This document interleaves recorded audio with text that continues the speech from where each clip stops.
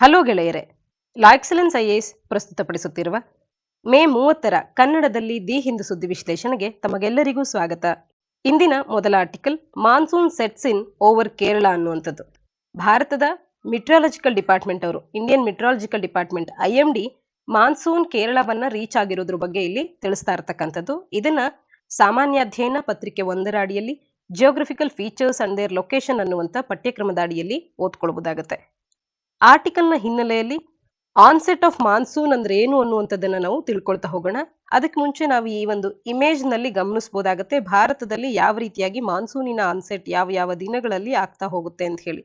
ಸಾಮಾನ್ಯವಾಗಿ June 1ರಂದು monsoon ಅನ್ನುವಂಥದ್ದು onset ಆಗುತ್ತೆ ಕೇರಳದ ಈ ಒಂದು ಕೋಸ್ಟ್ ನಲ್ಲಿ. ನಂತರದಲ್ಲಿ ಆಸ್ ಡೇಸ್ ಪಾಸ್ ಆನ್ ಬೇರೆ ಬೇರೆ ನಾರ್ದರ್ನ್ ಪಾರ್ಟ್ ಆಫ್ ಇಂಡಿಯಾಗೆ ಇದು ಪಾಸ್ ಆಗ್ತಾ ಹೋಗೋದನ್ನ ನಾವಿಲ್ಲಿ ಕಾಣಬಹುದಾಗತ್ತೆ. ನೀವು ಮಾನ್ಸೂನ್ ಅಥವಾ ಜಿಯೋಗ್ರಫಿಯ ಯಾವುದೇ ಒಂದು ಸಬ್ಜೆಕ್ಟ್ಸ್ ಗಳನ್ನ ಎಕ್ಸ್ಪ್ಲೈನ್ ಮಾಡೋ ಸಂದರ್ಭದಲ್ಲಿ ಈ ರೀತಿ ಮ್ಯಾಪ್ಸ್ ಗಳನ್ನ ನೀವು ಡ್ರಾ ಮಾಡಿದ್ರೆ ನಿಮಗೆ ಫಿಗರ್ಸ್ ಅನ್ನ ಡ್ರಾ ಮಾಡೋದ್ರಿಂದ ಹೆಚ್ಚು ಮಾರ್ಕ್ಸ್ ಗಳನ್ನ ಫೆಚ್ ಮಾಡೋದು ಅಥವಾ ನಿಮ್ಮ ಉತ್ತರವನ್ನ ಸರಿಯಾದ ರೀತಿಯಲ್ಲಿ ಅಭಿವ್ಯಕ್ತಪಡಿಸೋದಕ್ಕೆ ಸಾಧ್ಯ ಆಗುತ್ತೆ. That might fetch you more marks ಅನ್ನುವಂಥದ್ದು. ಹಾಗಾಗಿ ಡಯಾಗ್ರಾಮ್ಸ್ ಗಳಿಗೂ ಕೂಡ ನಾವು ಗಮನ ಹರಿಸಬೇಕು. ಹಾಗಾದ್ರೆ ಆನ್ಸೆಟ್ ಆಫ್ ಮಾನ್ಸೂನ್ ಅಂದ್ರೆ ಏನು ಅನ್ನುವಂಥದ್ದನ್ನ ತಿಳ್ಕೊಳ್ಳೋಣ. ಮಾನ್ಸೂನ್ ಅನ್ನುವಂಥದ್ದು ಕೇರಳದ ಕೋಸ್ಟ್ ನಲ್ಲಿ ಈಗ ಬಿಗಿನ್ ಆಗ್ತದೆ ಅಂತ ಅಂದ್ರೆ ಜೂನ್ ನಿಂದ ಸೆಪ್ಟೆಂಬರ್ ವರೆಗೂ ಕೂಡ ಮಾನ್ಸೂನ್ ಅನ್ನ ನಾವು ಕಾಣ್ತೇವೆ. ಸೌತ್ ವೆಸ್ಟ್ ಮಾನ್ಸೂನ್ ಸೀಸನ್ ಅಂತ ಹೇಳಿ, ಸೌತ್ ವೆಸ್ಟ್ ಮಾನ್ಸೂನ್ ಸೀಸನ್ ಅಂತ ಜೂನ್ ಟು ಸೆಪ್ಟೆಂಬರ್ ಏನ್ ಕಾಣ್ತೇವೆ, ಇದು ಭಾರತಕ್ಕೆ ಎಂಟ್ರಿ ಆಗ್ತಾ ಇದೆ ಕೇರಳದ ಕೋಸ್ಟ್ ನಲ್ಲಿ ಬರೋದ್ರ ಮುಖಾಂತರವಾಗಿ.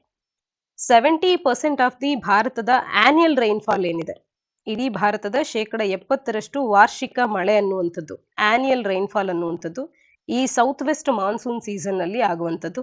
ಹಾಗಾಗಿ ಇದು ಸಿಗ್ನಿಫಿಕೆಂಟ್ ಆಗುತ್ತೆ ಭಾರತದ ಎಕನಾಮಿಕ್ ಕ್ಯಾಲೆಂಡರ್ ನಲ್ಲಿ ಕೂಡ. ಇಂಡಿಯನ್ ಮೆಟ್ರಾಲಜಿಕಲ್ ಡಿಪಾರ್ಟ್ಮೆಂಟ್ ಅವರು 2016ರಲ್ಲಿ ಒಂದಷ್ಟು ಮೆಜರಬಲ್ ಪ್ಯಾರಾಮೀಟರ್ಸ್ ಗಳನ್ನ ಮತ್ತು ನ್ಯೂಲಿ ಡಿಫೈನ್ಡ್ ಆಗಿರುವಂತಹ ರೂಲ್ಸ್ ಅಂಡ್ ರೆಗ್ಯುಲೇಷನ್ಸ್ ಗಳನ್ನ ಅಡಾಪ್ಟ್ ಮಾಡ್ಕೊಂಡಿದ್ದಾರೆ. ಇವೆಲ್ಲವೂ ಸರಿಯಾಗಿದೆಯಾ ಅಂತ ಹೇಳಿ ನೋಡಿದ ನಂತರದಲ್ಲಿ, ಇವುಗಳನ್ನ ಮೀಟ್ ಆದ ನಂತರದಲ್ಲಿ ಮಾತ್ರವೇ ಇಂಡಿಯನ್ ಮೆಟ್ರಾಲಜಿಕಲ್ ಡಿಪಾರ್ಟ್ಮೆಂಟ್ ಅವರು ಮಾನ್ಸೂನ್ ಆನ್ಸೆಟ್ಟಿನ ಬಗ್ಗೆ ಅನೌನ್ಸ್ಮೆಂಟ್ ಅನ್ನ ಮಾಡುವಂಥದ್ದು. ಬ್ರಾಡ್ಲಿ ರೈನ್ಫಾಲಿನ ಕನ್ಸಿಸ್ಟೆನ್ಸಿ, ಅದರ ಒಂದು ಇಂಟೆನ್ಸಿಟಿ, ಹಾಗೆ ಅದರ ಒಂದು ವಿಂಡ್ ಸ್ಪೀಡ್ ಆಗಿರ್ಬೋದು, ಇವೆಲ್ಲದರ ಬಗ್ಗೆ ಒಂದು ಸರ್ಟೈನ್ ಡಿಫೈನ್ಡ್ ಜಿಯೋಗ್ರಫಿಯಲ್ಲಿ ಇವೆಲ್ಲದರ ಬಗ್ಗೆ ಮಾಹಿತಿಯನ್ನ IMD ಚೆಕ್ ಮಾಡ್ತಾ ಹೋಗುತ್ತೆ. ಕನ್ಸಿಸ್ಟೆನ್ಸಿ ಆಫ್ ರೈನ್ಫಾಲ್ ಅನ್ನ ಯಾವ ರೀತಿ ಚೆಕ್ ಮಾಡುತ್ತೆ IMD before announcing the onset of monsoon ಅಂತ ಅಂದ್ರೆ 14 ಡೆಸಿಗ್ನೇಟೆಡ್ ಮಾನ್ಸೂನ್ ಮೆಟ್ರೋಲಾಜಿಕಲ್ ಸ್ಟೇಷನ್ಸ್ ಅಂತ ಹೇಳಿ ಕೇರಳ ಮತ್ತು ಲಕ್ಷದ್ವೀಪಲ್ಲಿ ಇರುವಂಥದ್ದು. ಇದರ ಪೈಕಿ ಅಟ್ಲೀಸ್ಟ್ 60%ರಲ್ಲಾದ್ರೂ ಕೂಡ ಆನ್ಸೆಟ್ ಆಫ್ ಮಾನ್ಸೂನ್ ಕಂಡಾಗ ಮಾತ್ರ IMD ಇದನ್ನ ಡಿಕ್ಲೇರ್ ಮಾಡುತ್ತೆ. ಆ 14 ಸ್ಟೇಷನ್ಸ್ಗಳು ಮಿನಿಕಾಯ್, ಅಮಿನಿ, ತಿರುವನಂತಪುರಂ, ಪುನಲೂರ್, ಕೊಲ್ಲಂ ಈ ರೀತಿ ಇದೆ. ಹಾಗಾಗಿ ಅಟ್ಲೀಸ್ಟ್ 2.5 mm ನಷ್ಟು, 2.5 ಮಿಲಿಮೀಟರ್ ನಷ್ಟು ಮಳೆ ಆದ್ರೂ ಕೂಡ 2 ಕಾನ್ಸಿಕ್ಯೂಟಿವ್ ಡೇಸ್ಗಳಲ್ಲಿ at any time after May 10th ಆಗಿದೆ ಅಂತ ಅಂದ್ರೆ ಆ ದಿನವನ್ನ, ಹಾಗೆ 60% ಆಫ್ ದಿ 14 ಸ್ಟೇಷನ್ಸ್ ಗಳಲ್ಲಿ ಮಳೆಯಾದಂತ ಸಂದರ್ಭದಲ್ಲಿ ಇವೆಲ್ಲ ಸಿಚುಯೇಷನ್ಸ್ ಗಳು ಮೀಟ್ ಆದ್ರೆ ಮಾತ್ರವೇ, ಸ್ಪೆಸಿಫಿಕ್ ವಿಂಡ್ ಮತ್ತು ಟೆಂಪರೇಚರ್ ಕ್ರೈಟೀರಿಯಾ ಕೂಡ ಫುಲ್ಫಿಲ್ ಆದಾಗ ಮಾತ್ರ ಆ ಸಿಚುಯೇಷನ್ ಅಲ್ಲಿ ಆನ್ಸೆಟ್ ಆಫ್ ಮಾನ್ಸೂನ್ ಆಗಿದೆ ಅಂತ ಹೇಳಿ ಡಿಸೈಡ್ ಮಾಡುತ್ತೆ ಇಂಡಿಯನ್ ಮೆಟ್ರಾಲಜಿಕಲ್ ಡಿಪಾರ್ಟ್ಮೆಂಟ್. ಸಾಮಾನ್ಯವಾಗಿ ಜೂನ್ 1ಅನ್ನ ನಾವು ಮಾನ್ಸೂನ್ ಹಿಟ್ ಮಾಡುವಂತ ದಿನ ಅಂತ ಹೇಳಿ ಗುರುತಿಸ್ತಾ ಇರ್ತೇವೆ. ಆದ್ರೆ ಈಗ ಒಂದಷ್ಟು ಅಂದ್ರೆ ಒಂದು 3 ದಿನ ಮುಂಚಿತವಾಗಿ ಏನಾಗಿದೆ, ಈ ರೀತಿ ಮಾನ್ಸೂನ್ ಏನಾದ್ರೂ ಮುಂಚೆ ಬರುವಂತದ್ದು ಅನ್ಯೂಶುವಲ್, ಇದರಿಂದ ಏನಾದ್ರೂ ನಾವು ದಂಡ ತೆರಬೇಕಾಗತ್ತಾ ಅಂದ್ರೆ ಮುಂಬರುವಂತ ದಿನಗಳಲ್ಲಿ ಇದು ನಮ್ಗೆ ನೆಗೆಟಿವಾ ಅಂತ ಹೇಳಿ ಪ್ರಶ್ನೆ ಮಾಡೋದಾದ್ರೆ, ನೈದರ್ ಅರ್ಲಿ ನಾರ್ ಲೇಟ್ ಆನ್ಸೆಟ್ ಅನ್ನುವಂಥದ್ದು ಅನ್ಯೂಶುವಲ್ ಅಲ್ಲ. ಯಾಕೆಂದ್ರೆ ಮಾನ್ಸೂನ್ ಬಗ್ಗೆ ಇವತ್ತೂ ಕೂಡ ಅಧ್ಯಯನ ಮಾಡ್ತಾ ಇದ್ದಾರೆ. ಮಾನ್ಸೂನ್ ಸಮ್ಟೈಮ್ಸ್ ವೇರಿ ಆಗೋದು ಸಹಜ ಆಗಿದೆ, ಹಾಗಾಗಿ ಇದು ಅನ್ಯೂಶುವಲ್ ಅಲ್ಲ. 2018-17ರ ಸಂದರ್ಭವನ್ನು ನೋಡಿದಾಗ ಕೇರಳದಲ್ಲಿ ಮಾನ್ಸೂನ್ ಆನ್ಸೆಟ್ ಅನ್ನುವಂಥದ್ದು ಮೇ 29, ಮೇ 30ರಲ್ಲಿ ಕೂಡ ಜರುಗಿರ್ತಕ್ಕಂಥದ್ದು. 2010ರಲ್ಲಿ ಆನ್ಸೆಟ್ಟು ಮೇ 31ರಂದು ಆಗಿದೆ. 2020 ಮತ್ತು 13ಅನ್ನ ನೋಡಿದಾಗ monsoon was exactly on time June 1ರಂದು ಕೇರಳದ ಕೋಸ್ಟ್ ಅನ್ನ ಹಿಟ್ ಮಾಡಿದಂಥದ್ದು. ಈ ರೀತಿ ಅನ್ಯೂಶುವಲ್ ಏನಲ್ಲ, ಬೇರೆ ಬೇರೆ ದಿನಗಳು ಕೂಡ ಒಂದು ದಿನ ಹಿಂದು ಮುಂದು ಆಗ್ಬೋದಾಗಿರುತ್ತೆ. ಅರ್ಲಿ ಆನ್ಸೆಟ್ ಅನ್ನೋದು ಗುಡ್ ಮಾನ್ಸೂನ ಅಂತ ನೋಡಿದ್ರೆ ಇಲ್ಲ. ಡಿಲೇ ಅನ್ನುವಂಥದ್ದು ಏನು ಕೂಡ ಪೂರ್ ಮಾನ್ಸೂನ್ ಅಲ್ಲ, ಅರ್ಲಿ ಅನ್ನೋದು ಗುಡ್ ಮಾನ್ಸೂನ್ ಅಂತ ಕೂಡ ನಾವು ಡಿಸೈಡ್ ಮಾಡೋದಕ್ಕೆ ಸಾಧ್ಯ ಇಲ್ಲ. ಆನ್ಸೆಟ್ ಅನ್ನುವಂಥದ್ದು ಬೇಗ ಆಗಿದೆ ಅಷ್ಟೇ, ಅಂದ್ರೆ ಈ ಸಬ್ ಕಾಂಟಿನೆಂಟ್ ನ ಮೇಲೆ ಮಾನ್ಸೂನ್ ಪ್ರೋಗ್ರೆಸ್ ಅನ್ನುವಂಥದ್ದು ಅರ್ಲಿ ಆಗಿ ಆಗಿದೆ. ಆದ್ರೆ ಇದೊಂದ್ರಿಂದ ನಾವು ಗುಡ್ ಆರ್ ಬ್ಯಾಡ್ ಅಂತ ಹೇಳಿ ಡಿಸೈಡ್ ಮಾಡೋದು ಸರಿಯಲ್ಲ. ಡಿಲೇ ಆಫ್ ಫ್ಯೂ ಡೇಸ್ ಆಗುವಂಥದ್ದು ಏನಾದ್ರು ಅಂದ್ರೆ ಮಾನ್ಸೂನ್ ಅರೈವ್ ಆಗೋದೇನಾದ್ರೂ ಅರ್ಲಿ ಆಯ್ತು ಅಥವಾ ಡಿಲೇ ಆಯ್ತು ಅಂತ ಅಂದ್ರೆ ಇದು ಕ್ವಾಲಿಟಿ ಅಥವಾ ಅಮೌಂಟ್ ಆಫ್ ರೈನ್ಫಾಲ್ನ ಮೇಲೆ ಯಾವುದೇ ಬೇರಿಂಗ್ ಅನ್ನ ಹೊಂದಿರಲ್ಲ. ಇದು ನಮಗೆ ತಿಳಿದಿರಲಿ. ಅಂದ್ರೆ ಮಾನ್ಸೂನ್ ಅರ್ಲಿ 1-2 ದಿನ ಅರ್ಲಿ ಆಗೋದಿರಬಹುದು, 1-2 ದಿನ ತಡವಾಗಿ ಆಗೋದಾಗಿರ್ಬಹುದು. ಇದರಿಂದ ಕ್ವಾಲಿಟಿ ಅಥವಾ ಅಮೌಂಟ್ ಆಫ್ ರೈನ್ಫಾಲ್ನ ಮೇಲೆ ಇದು ಯಾವುದೇ ಬೇರಿಂಗ್ ಅನ್ನ ಹೊಂದಿರೋದಿಲ್ಲ. ಇದು ನೆಗೆಟಿವ್ ಅಥವಾ ಪಾಸಿಟಿವ್ ಅಂಶ ಅಲ್ಲವೇ ಅಲ್ಲ. ಹಾಗಾದ್ರೆ monsoon spread across the country ಅನ್ನೋದು ಕೇರಳ ಕೋಸ್ಟ್ನ ನಂತರದಲ್ಲಿ ಯಾವ ರೀತಿ ಆಗ್ತಾ ಹೋಗುತ್ತೆ ಅಂದ್ರೆ, ಇಲ್ಲಿ ನಾವು ನೋಡದಂತೆ ನಾರ್ಥರ್ನ್ ಸೈಡ್ ಆಫ್ ಇಂಡಿಯಾಗೆ ಇದು ಪ್ರೋಗ್ರೆಷನ್ ಅನ್ನ ಕಾಣ್ತಾ ಹೋಗುತ್ತೆ. ಭಾರತದ ನಾರ್ಥರ್ನ್ ಪಾರ್ಟ್ಸ್ ಗಳಲ್ಲಿ ಲೋ ಪ್ರೆಷರ್ ಏರಿಯಾ ಕ್ರಿಯೇಟ್ ಆಗ್ತಾ ಹೋದಂತೆಲ್ಲ ಮಾನ್ಸೂನ್ ಅಲ್ಲಿಗೆ ಮೂವ್ ಆಗ್ತಾ ಹೋಗುವಂಥದ್ದು. ಕೇರಳದಲ್ಲಿ ಮೇ 30 ಅಥವಾ ಜೂನ್ 1ಕ್ಕೆ ಆನ್ಸೆಟ್ ಆದ್ರೂ ಕೂಡ ಇದು ಓವರ್ ಆಲ್ ಕಂಟ್ರಿಗೆ ಸ್ಪ್ರೆಡ್ ಆಗೋದಕ್ಕೆ ಹತ್ತಿರ ಜುಲೈ 15ರವರೆಗೂ ಕೂಡ ಸಮಯವನ್ನ ತಗೊಳುತ್ತೆ. ಮಾನ್ಸೂನಿನ ಮಳೆ ಸರಿಯಾಗಿದೆ ಅಂದ್ರೆ ಬೆಟರ್ ರೈನ್ಫಾಲ್ ಅಂದ್ರೆ ಬೆಟರ್ ಈಲ್ಡ್ ಅಂತ ಹೇಳಿ ಅನ್ಕೋಬಹುದು. ಈ ರೀತಿ ಮಾನ್ಸೂನ್ ಏನಾದ್ರೂ ತುಂಬಾ ಫ್ಲಡೆಡ್ ಸಿಚುಯೇಷನ್ಸ್ ಅನ್ನ ಕ್ರಿಯೇಟ್ ಮಾಡದೆ ಅಥವಾ ಡ್ರಾಟ್ ಅನ್ನ ಕ್ರಿಯೇಟ್ ಮಾಡದೆ ಇರೋ ತರ ನಾರ್ಮಲ್ ಮಾನ್ಸೂನ್ ಅನ್ನ ನಾವೇನು ಕಾಣ್ತೇವೆ ಆ ರೀತಿಯ ವರ್ಷಗಳಲ್ಲಿ ಒಂದು ನಾರ್ಮಲ್ ಬೆಳೆಯನ್ನ ಕೂಡ ನಾವು ಎಕ್ಸ್ಪೆಕ್ಟ್ ಮಾಡಬಹುದಾಗುತ್ತೆ. ಹಾಗಾಗಿ monsoon is directly proportional to our agriculture system yield ಅಥವಾ ಇದರ ಪ್ರೊಡಕ್ಟಿವಿಟಿ. ಇನ್ ಟರ್ನ್ ಅಗ್ರಿಕಲ್ಚರ್ ನಲ್ಲಿ ಒಳ್ಳೆ ಏಳಿಗೆ ಆದ್ರೆ ಎಕಾನಮಿಗೂ ಕೂಡ ಪಾಸಿಟಿವ್ ಇಂಪ್ಯಾಕ್ಟ್ ಅನ್ನುವಂಥದ್ದು ಆಗುತ್ತೆ. ಆರ್ಟಿಕಲ್ನ ಹಿನ್ನೆಲೆಯಲ್ಲಿ ಭಾರತದಲ್ಲಿ ಅತಿ ಹೆಚ್ಚು ಮಳೆ ಬೀಳುವಂತ ಪ್ರದೇಶ ಯಾವುದು ಅನ್ನುವಂಥದ್ದನ್ನ ತಪ್ಪದೆ ನೀವು ಕಮೆಂಟ್ ಸೆಕ್ಷನ್ ಅಲ್ಲಿ ಕಮೆಂಟ್ ಮಾಡಿ ತಿಳಿಸಿ.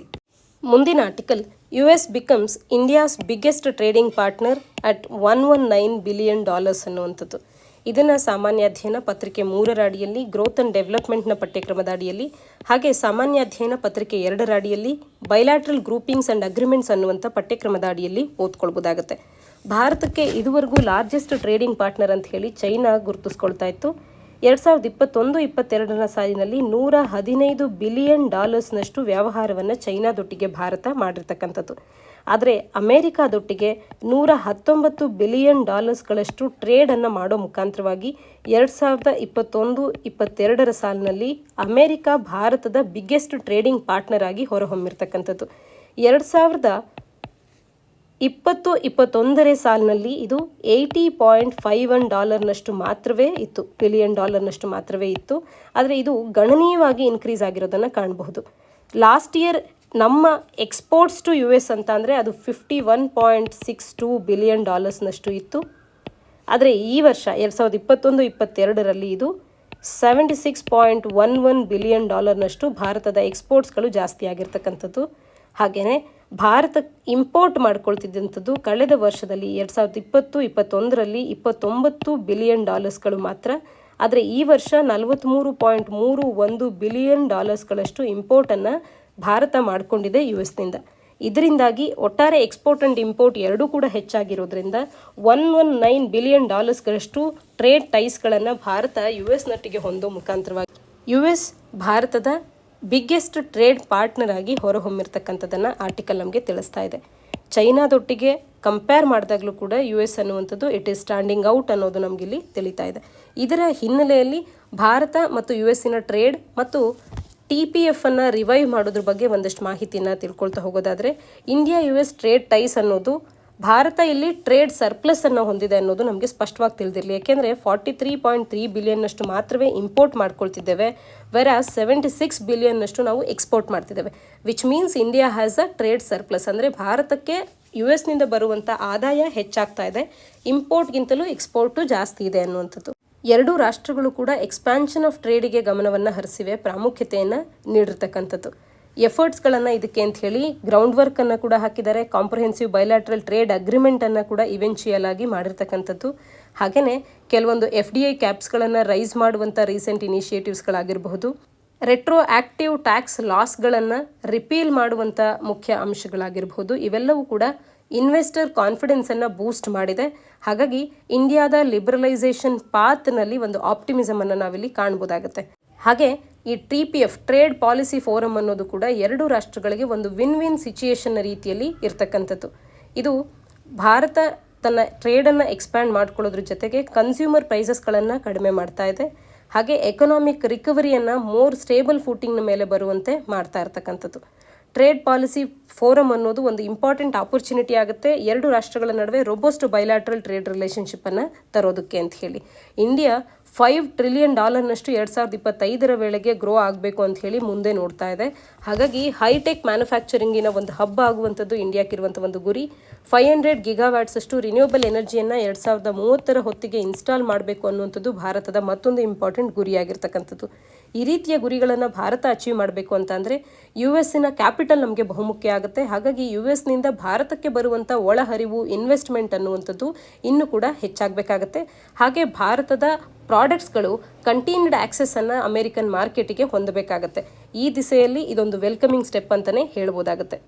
ಆರ್ಟಿಕಲ್ನ ಹಿನ್ನೆಲೆಯಲ್ಲಿ ಅಮೆರಿಕಾದಿಂದ ಭಾರತ ಇಂಪೋರ್ಟ್ ಮಾಡಿಕೊಳ್ಳುವಂಥ ಬಹು ಮುಖ್ಯವಾದಂಥ ಅಂಶಗಳು ಅಥವಾ ಥಿಂಗ್ಸ್ ಕಾಂಪೊನೆಂಟ್ಸ್ ಯಾವುದು ಅನ್ನುವಂಥದ್ದನ್ನು ನೀವು ತಪ್ಪದೇ ಕಮೆಂಟ್ ಸೆಕ್ಷನಲ್ಲಿ ಕಮೆಂಟ್ ಮಾಡಿ ತಿಳಿಸಿ.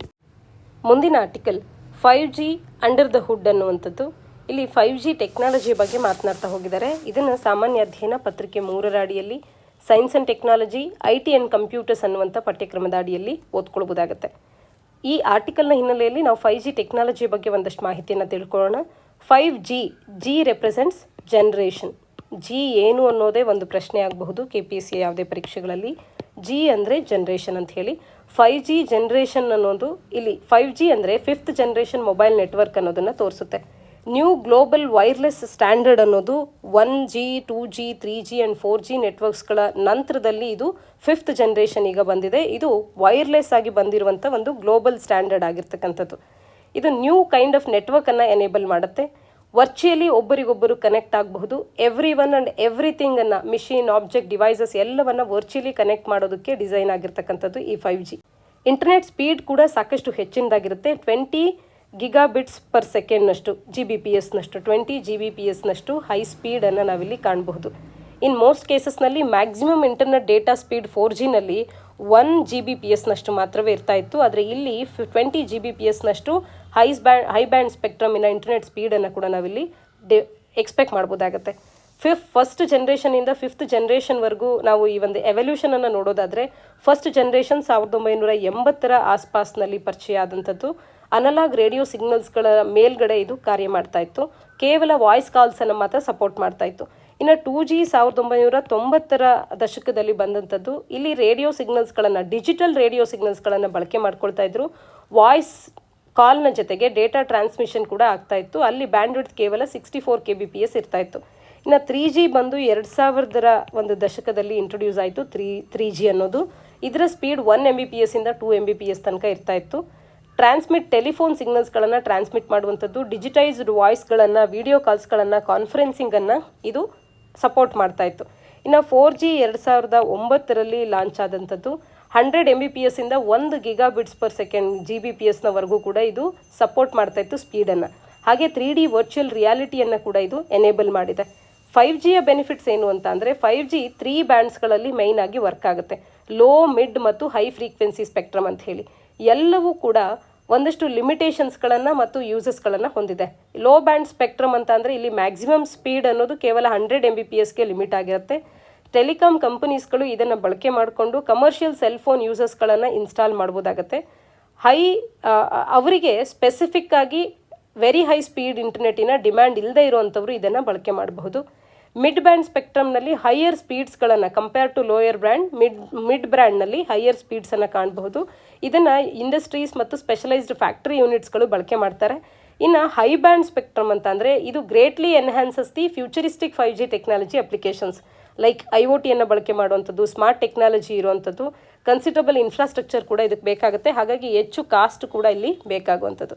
ಇನ್ನು 5Gಯ ಉಪಯೋಗಗಳೇನು ಅಂತ ಅಂದರೆ ಮೊಬೈಲ್ ಬ್ರಾಡ್ಬ್ಯಾಂಡನ್ನು ಎನ್ಹ್ಯಾನ್ಸ್ಡ್ ಮಾಡುವಂಥದ್ದು, ವರ್ಚುವಲ್ ರಿಯಾಲಿಟಿ, ಆಗ್ಮೆಂಟೆಡ್ ರಿಯಾಲಿಟಿ ಈ ರೀತಿಯ ನ್ಯೂ ಇಮರ್ಸಿವ್ ಎಕ್ಸ್ಪೀರಿಯನ್ಸಸ್ಗಳನ್ನು 5G ಟೆಕ್ನಾಲಜಿ ನೀಡ್ತಾ ಹೋಗುತ್ತೆ. ಕ್ರಿಟಿಕಲ್ ಕಮ್ಯುನಿಕೇಷನ್ಸ್, ಮಿಷನ್ ಕ್ರಿಟಿಕಲ್ ಕಮ್ಯುನಿಕೇಷನ್ಸ್ಗಳನ್ನು ಇದು ನೀಡುವಂಥದ್ದು. ಮ್ಯಾಸಿವ್ IoTಯನ್ನು ನಾವು ಕಾಣ್ಬೋದಾಗುತ್ತೆ ಥ್ರೂ 5G. IoT ಆಗಿರ್ಬೋದು, ಕ್ಲೌಡ್ ಆಗಿರ್ಬೋದು, big data, artificial intelligence, edge computing ಇವೆಲ್ಲವೂ ಕೂಡ ಎವಾಲ್ವ್ ಆಗ್ತಿರ್ತಕ್ಕಂಥ ಇಂಪಾರ್ಟೆಂಟ್ ಆದಂಥ ಏರಿಯಾಸ್ಗಳು. ಇವುಗಳಲ್ಲಿ 5Gಯ ಪಾತ್ರ ಮಹತ್ವದ್ದಾಗಿರುತ್ತೆ. 5G ಅನ್ನೋದು allocation of new spectrum to increase capacity ಇದನ್ನು ರೆಪ್ರೆಸೆಂಟ್ ಮಾಡುತ್ತೆ 5th ಜನರೇಷನ್.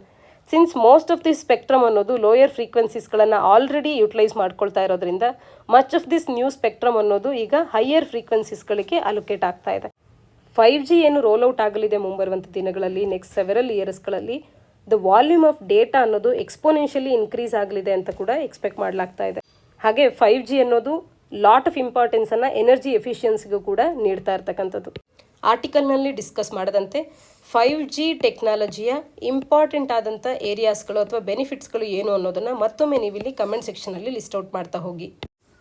ಇಂದಿನ ಒಂದು ಎಕ್ಸ್ಪ್ಲೈನ್ಡ್ ಸೆಕ್ಷನಲ್ಲಿರ್ತಕ್ಕಂಥ ಆರ್ಟಿಕಲನ್ನು ಡಿಸ್ಕಸ್ ಮಾಡೋಣ. ರಿಸರ್ವೇಷನ್ ಇನ್ ಪಬ್ಲಿಕ್ ಎಂಪ್ಲಾಯ್ಮೆಂಟ್ ಅನ್ನುವಂಥದ್ದು. ಇಲ್ಲಿ ಸರ್ಕಾರಿ ಹುದ್ದೆಗಳಲ್ಲಿ ಪಬ್ಲಿಕ್ ಎಂಪ್ಲಾಯ್ಮೆಂಟ್ನಲ್ಲಿನ ರಿಸರ್ವೇಷನ್ನ ಬಗ್ಗೆ ಆರ್ಟಿಕಲ್ ಮಾತನಾಡ್ತಾ ಇದೆ. ಇದನ್ನು ಸಾಮಾನ್ಯ ಅಧ್ಯಯನ ಪತ್ರಿಕೆ 2ರ ಅಡಿಯಲ್ಲಿ, ಇಂಡಿಯನ್ ಕಾನ್ಸ್ಟಿಟ್ಯೂಷನ್ ಅಡಿಯಲ್ಲಿ historical underpinnings, evolution, futures, amendments, significant provisions and basic structure ಅನ್ನುವಂಥ ಪಠ್ಯಕ್ರಮದ ಅಡಿಯಲ್ಲಿ ಓದ್ಕೊಳ್ಬೋದಾಗುತ್ತೆ. ಪ್ರಮೋಷನಲ್ಲಿರ್ತಕ್ಕಂಥ ರಿಸರ್ವೇಷನ್ನ ಬಗ್ಗೆ ಇದು ಮಾತನಾಡ್ತಾ ಇದೆ. ಮೀಸಲಾತಿ ಅನ್ನೋದು ಕೇವಲ ಎಂಟ್ರಿ ಲೆವೆಲ್ನಲ್ಲಿ ಮಾತ್ರ ಅಲ್ಲ, ಪ್ರಮೋಷನ್ನಲ್ಲೂ ಕೂಡ ಮೀಸಲಾತಿಯ ಬಗ್ಗೆ ಇವತ್ತು ಸಾಕಷ್ಟು ಸುದ್ದಿ ಚರ್ಚೆಯಲ್ಲಿದೆ. ಹಾಗಾಗಿ ಪ್ರಮೋಷನ್ ಹಂತದಲ್ಲಿರ್ತಕ್ಕಂಥ ಮೀಸಲಾತಿ ಬಗ್ಗೆ ಕೂಡ ನಾವು ಮಾಹಿತಿಯನ್ನು ತಿಳ್ಕೊಳ್ತಾ ಹೋಗೋಣ. ರಿಸರ್ವೇಷನಿನ ಜುರಿಸ್ಪ್ರಿಡೆನ್ಸ್ ಅನ್ನುವಂಥದ್ದು constitutionally guaranteed equality of opportunity ಅನ್ನೋದೇನಿದೆ, ಪಬ್ಲಿಕ್ ಎಂಪ್ಲಾಯ್ಮೆಂಟ್ನಲ್ಲೂ ಕೂಡ ಆರ್ಟಿಕಲ್ 16(1) ಭಾರತ ಸಂವಿಧಾನದ ಫಂಡಮೆಂಟಲ್ ರೈಟ್ನ ಅಡಿಯಲ್ಲಿ ಕಾನ್ಸ್ಟಿಟ್ಯೂಷನ್ ಆಫ್ ಇಂಡಿಯಾದಲ್ಲಿ ನಮಗೆ ಈಕ್ವಾಲಿಟಿ ಆಫ್ ಅಪರ್ಚುನಿಟಿ ಅನ್ನುವಂಥದ್ದು ಗ್ಯಾರಂಟಿ ಆಗಿದೆ.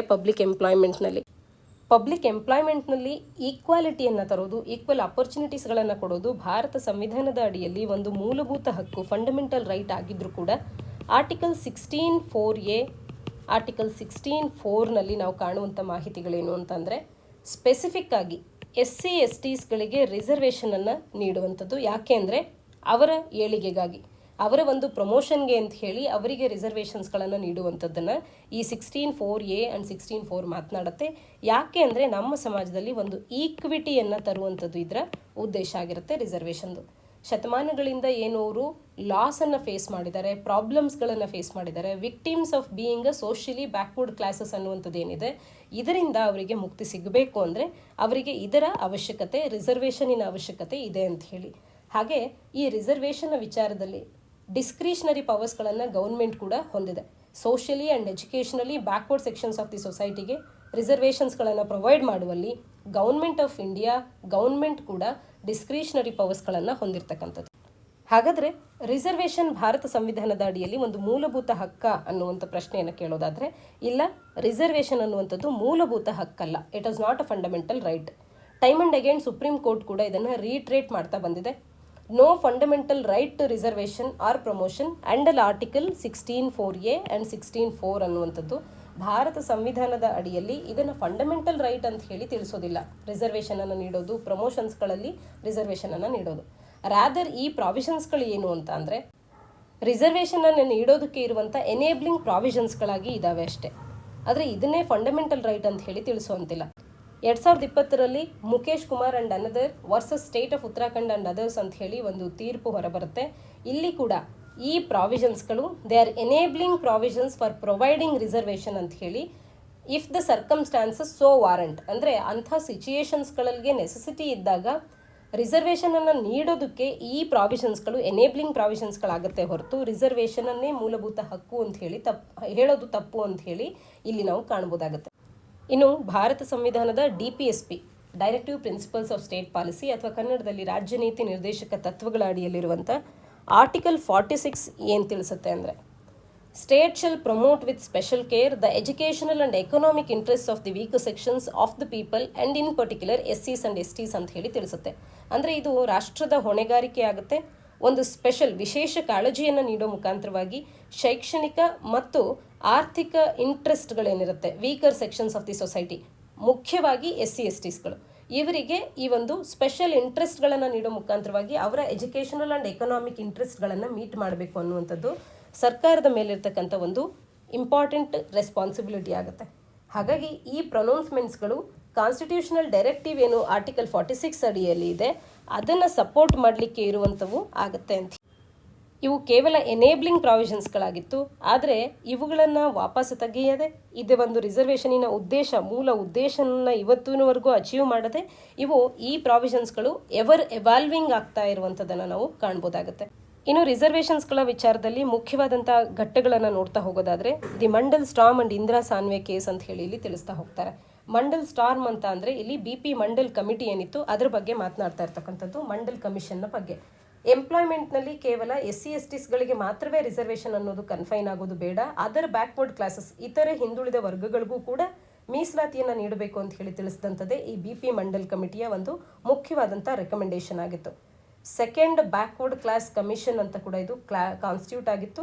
ಇದರಲ್ಲಿ ನಾವು ಈ ರೀತಿಯ ರೆಕಮೆಂಡೇಶನ್ ಅನ್ನು ಕಾಣ್ಬೋದಾಗಿತ್ತು. 1980ರಲ್ಲಿ ಈ ಮಂಡಲ್ ಕಮಿಷನ್ ಅನ್ನೋದು 27% ಮೀಸಲಾತಿಯನ್ನು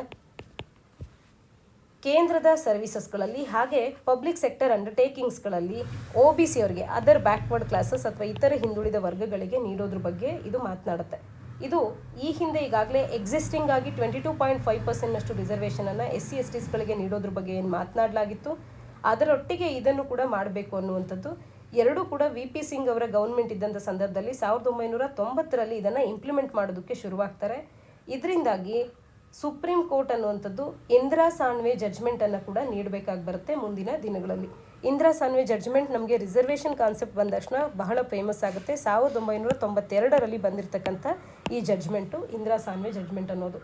ಇಲ್ಲಿ 9 ಜನಗಳ ಒಂದು ಕಾನ್ಸ್ಟಿಟ್ಯೂಷನಲ್ ಬೆಂಚ್ ಅನ್ನುವಂಥದ್ದು ಅದನ್ನು ಪ್ರಿಸೈಡ್ ಮಾಡ್ತಿದ್ರು chief justice of India MH Kania ಅವರು. ಇವರು ಕಾನ್ಸ್ಟಿಟ್ಯೂಷನಾಲಿಟಿ ಆಫ್ 27% ರಿಸರ್ವೇಷನನ್ನು ಅಪ್ಹೆಲ್ಡ್ ಮಾಡ್ತಾರೆ. ಅಂದರೆ ಇದು ಸರಿ ಇದೆ, OBCಸ್ಗೆ 27% ಮೀಸಲಾತಿ ನೀಡುವಂಥ ನಿರ್ಧಾರ ಸರಿ ಇದೆ ಅಂತ ಹೇಳಿ ತಿಳಿಸುತ್ತೆ. ಆದರೆ ಎಕ್ಸೆಪ್ಷನಲ್ ಸರ್ಕಮ್ಸ್ಟ್ಯಾನ್ಸಸ್ಸನ್ನು ಹೊರತುಪಡಿಸಿ, ಅಂದರೆ ಕೆಲವು ವಿಶೇಷವಾದಂಥ ಸನ್ನಿವೇಶಗಳನ್ನು ಹೊರತುಪಡಿಸಿ 50% ಮೀಸಲಾತಿಯನ್ನು ಕ್ರಾಸ್ ಮಾಡುವಂತಿಲ್ಲ ನೀಡುವಂಥ ಮೀಸಲಾತಿ ಅಂತ ಹೇಳಿ ಇವರು ತಿಳಿಸ್ತಾ ಹೋಗ್ತಾರೆ. ಇಲ್ಲಿ ರೈಟ್ ಟು ಈಕ್ವಾಲಿಟಿ ಕಾನ್ಸ್ಟಿಟ್ಯೂಷನಲ್ಲಿ ಏನು ಗ್ಯಾರಂಟಿ ಆಗಿದೆ ಆರ್ಟಿಕಲ್ 14 ಅಡಿಯಲ್ಲಿ ಅದು ಕೂಡ ಸೆಕ್ಯೂರ್ ಆಗಬೇಕು ಅನ್ನೋದು ಇದರ ಉದ್ದೇಶ ಆಗಿತ್ತು. ಆರ್ಟಿಕಲ್ 16(1) ಅನ್ನೋದು ಫಂಡಮೆಂಟಲ್ ರೈಟ್ ಆಗಿದೆ. ಆದರೆ ಆರ್ಟಿಕಲ್ 16(4) ಅನ್ನೋದೇನಿದೆ ಇದು ಒಂದು ಎನೇಬ್ಲಿಂಗ್ ಪ್ರಾವಿಷನ್ ಆಗಿದೆ ಹೊರತು ಇದು ಎಕ್ಸೆಪ್ಷನ್ ಅಲ್ಲ ಅಂತ ಹೇಳಿ ತಿಳಿಸ್ತಾರೆ. ಅಂದರೆ ರಿಸರ್ವೇಷನನ್ನು ನೀಡೋದು ಒಂದು ಎನೇಬ್ಲಿಂಗ್ ಪ್ರಾವಿಷನ್ನೇ ಹೊರತು ಇದನ್ನೇ ಎಕ್ಸೆಪ್ಷನಲ್ ಗ್ರೌಂಡ್ ಅಂತ ಹೇಳಿ 50ಕ್ಕಿಂತ ಕೂಡ ಹೆಚ್ಚಿನ ಮೀಸಲಾತಿಯನ್ನು ನೀಡಬಾರ್ದು ಅನ್ನುವಂಥದ್ದು ಮುಖ್ಯ ಉದ್ದೇಶ.